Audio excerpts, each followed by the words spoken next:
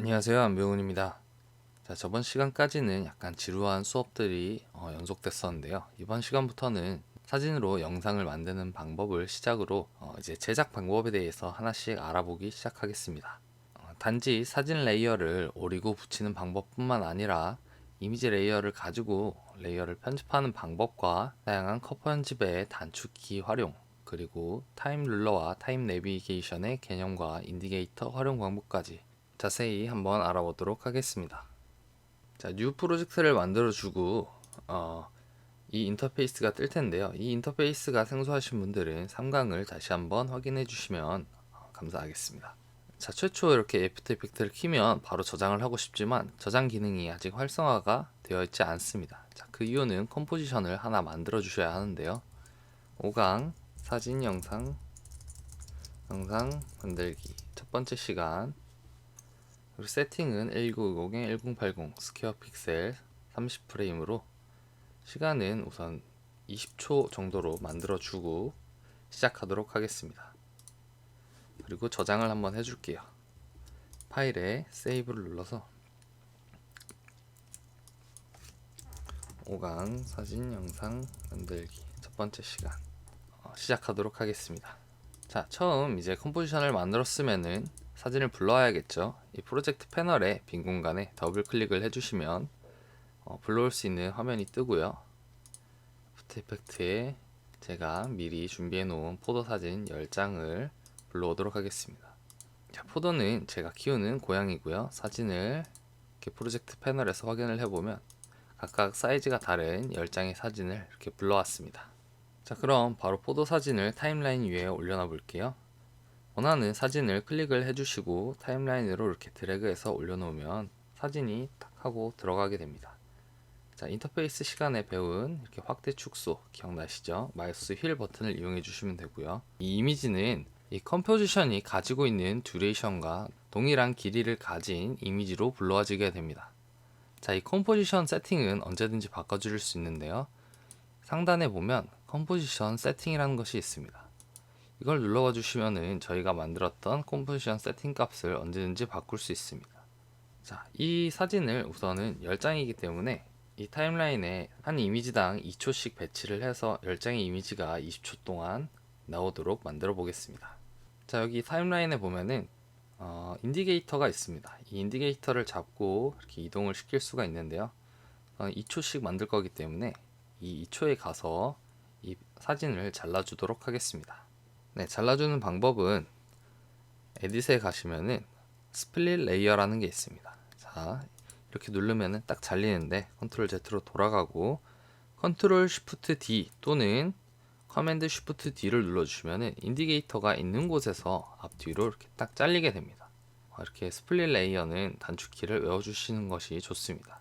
이때 주의할 점은 쉬프트를 누르지 않고 컨트롤 D나 커맨드 D를 누르면 듀플리케이트 레이어라고 해서 파일이 복제가 되기 때문에 꼭 쉬프트를 같이 눌러주셔야 한 번에 인디게이터를 위치로 앞뒤로 잘려나가게 됩니다. 자, 그럼 이 뒷부분을 잘랐으니까 뒷부분은 지워주도록 하겠습니다. 딱 지우고 나니까 이상한 점이 하나가 있습니다.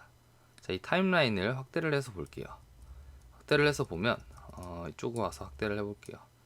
자, 2초까지 분명히 이 바가 적용이 되어 있는데 1초 29프레임까지 보여지고 2초부터는 보여지지가 않습니다. 자, 여기서 굉장히 중요한 걸 설명을 드릴 텐데요. 자, 그 이유는 저희의 처음 시작점이 1이 아닌 0으로 시작하기 때문입니다. 자, 여기 보면은 듀레이션과 스트레치, 이게 안 보이시는 분들은 좌측 하단 아이콘 중에 가장 우측 아이콘을 눌러주시면 됩니다. 이 길이와 인점과 아웃점을 볼 수가 있는데 인점이 0이기 때문에 0부터 숫자를 세기 시작하여서 1초 29프레임까지가 총 2초의 듀레이션을 가진 이미지가 되게 됩니다. 자, 조금 더 쉽게 설명을 드리자면 이걸 다시 마이너스 버튼을 눌러서 0에서부터 시작하였기 때문에 20초짜리의 영상의 렌더링을 걸려면 가장 마지막 프레임은 19.29 프레임이 가장 마지막 프레임이 됩니다. 컴포지션에서 컴포지션 세팅 값을 20초 이상으로 제가 한번 늘려 보겠습니다. 21초로 늘리고 다시 마이너스를 눌러주면 이 뒷부분이 더 생기게 되는데요. 이 이미지를 이렇게 쭉 늘려주고 제가 지금 29.29 프레임에서 한 프레임 더 뒤로 와서 20 프레임까지 렌더링을 딱 걸어주겠다, 20초짜리 영상으로 만들겠다 하고 영상으로 출력해 보면은 이 영상은 21초의 영상으로 제작되게 됩니다. 그렇기 때문에 꼭 렌더링을 걸어 주실 때에는 원하시는 초수보다 꼭 한 프레임 앞으로 가셔서 렌더링을 걸어 주셔야 합니다. 자, 다시 돌아가서 자르는 작업부터 해볼게요. 다시 컨트롤 쉬프트 D 또는 커맨드 쉬프트 D를 눌러서 뒤쪽을 잘라주고 2번을 불러오도록 하겠습니다. 자, 2번을 불러와서 쭉 당겨주는데, 자, 2초 부분에 맞추기가 굉장히 힘들죠. 이때 쉬프트를 눌러주시면 인디게이터에 어느 순간 딱 하고 붙는 것을 볼 수가 있습니다. 이렇게 인디게이터를 활용해 주시면 편집에 도움이 되게 됩니다. 다음 4초로 가서 또 한번 잘라주고 3번을 올려놓고 3번도 쉬프트를 눌러서 딱 맞춰주도록 하겠습니다. 그리고 확대를 해서 꼭 봐주셔야 하는데요. 이렇게 작게 봤을 때는 1프레임이 이렇게 더 튀어나와 있어도 안 보이는 경우가 굉장히 많습니다. 그렇기 때문에 1프레임 1프레임을 확대를 해주셔서 꼭 겹치는 부분이 있는지 없는지 확인을 해주셔야 합니다. 자, 하지만 이 방법도 10장의 이미지를 하나하나 조절하기에는 굉장히 오래 걸리죠. 그래서 조금 더 쉬운 방법을 말씀드릴게요. 자, 첫 번째, 이 10장의 이미지를 전부 다 불러옵니다. 자, 그리고 2초로 가주셔서 이 모든 클립을 드래그 해주신 다음에, 자, 그리고 커맨드 쉬프트 D를 눌러서 인디게이터를 중심으로 앞뒤로 레이어를 갈라주시고요. 이 커맨드 쉬프트 D를 누르게 되면 이 뒤쪽 레이어가 이렇게 선택이 되는데, 그 상태로 그대로 델리트를 눌러주시면은 이미지가 2초짜리 클립으로 전부 준비가 되게 됩니다. 이 상태에서 가장 아래쪽 클립을 가장 밑으로 해서 쭉쭉쭉 옆으로 밀어주시면 되는데요. 이때도 쉬프트 기능이 활성화가 됩니다. 쉬프트를 누르시고 이렇게 레이어를 옮겨주시면은 이 절단면에서 탁 하고 걸리시는 걸 볼 수가 있어요. 이렇게 하면 조금 더 빠르게 작업이 가능하겠죠. 자, 이렇게 끝까지 이미지를 다 옮겨놓고 보니까 한 가지가 잘못됐습니다. 저는 이거를 10번째에 보여주려고 했는데 제가 첫 번째에 보여주려고 했던 이 이미지가 지금 가장 뒤에 있네요. 자, 이럴 때 어떻게 해결을 해야 되나 라고 하면은 이 첫 번째 레이어와 이 마지막 레이어를 순서를 바꿀 수 없을까 라는 생각을 해볼 수 있는데요. 이 타임라인에서 이미 배치된 레이어의 순서를 임의로 이렇게 거꾸로 돌리는 방법은 없습니다. 자, 그럼 이 상황에서 두 가지 정도를 생각해 볼 수 있는데요. 첫 번째는 이렇게 컨트롤 Z로 돌아와서 첫 번째 이 이미지를 보여주려고 했으면은 두 번째부터 이렇게 옮기면 되지 않을까 라는 생각을 할 수가 있습니다. 자, 물론 틀린 방법이라고 할 수는 없지만 이 애프터 이펙트의 레이어는 기본적으로 왼쪽 아래에서부터 이렇게 우측 위로 쌓아가면서 만들어간다 라고 생각해 주시는 것이 좋습니다. 자, 그 이유는 시간이 우측으로 흘러가고 레이어는 위로 쌓여지기 때문이죠. 그렇기 때문에 새로운 레이어를 뒤쪽으로 갈수록 계속 만들어야 되는데, 이렇게 첫 번째 레이어가 거꾸로 타고 내려오게 되면은 나중에 새로운 레이어를 만들었을 때 이 위에 새로운 레이어를 계속 밑으로 더 내려주고 해야 됩니다. 그리고 또 다른 이유가 있는데, 그거는 그 이유를 설명드릴 수 있는 순간에 한 번 더 설명을 드리도록 하겠습니다. 자, 그런데 애프터 이펙트에는 굉장히 신기한 숨겨진 기능이 있습니다. 자, 제가 우선 잘못된 방법으로 이렇게 거꾸로 이미지를 쭉 나열을 해볼게요. 자, 이게 우측으로 올라가는 계단 형태였을 때와 어쨌든 이렇게 내려가는 계단 형태였을 때와 이미지는 똑같이 보일 거예요. 자, 신기한 걸 한번 보여드리도록 하겠습니다. 이 파일들을 다시 복사해서 붙여넣기를 할 건데요. 이 포도 1번을 클릭을 하고 가장 마지막 것까지 쉬프트를 누르고 클릭을 한 다음에 컨트롤 C를 누르고 컨트롤 V를 눌러주면 복사가 되죠. 자, 이렇게 똑같이 복사가 됩니다. 근데 컨트롤 Z를 누르고 가장 마지막 이미지를 선택을 먼저 해주시고 Shift로 1번 이미지까지 드래그를 해주신 다음에 컨트롤 C를 누르고 컨트롤 V를 누르면, 자, 신기하죠? 밑에 걸 지우고 한번 보도록 하겠습니다. 자, 신기하게 제가 먼저 선택한 레이어가 가장 위쪽에 배치가 되게 됩니다.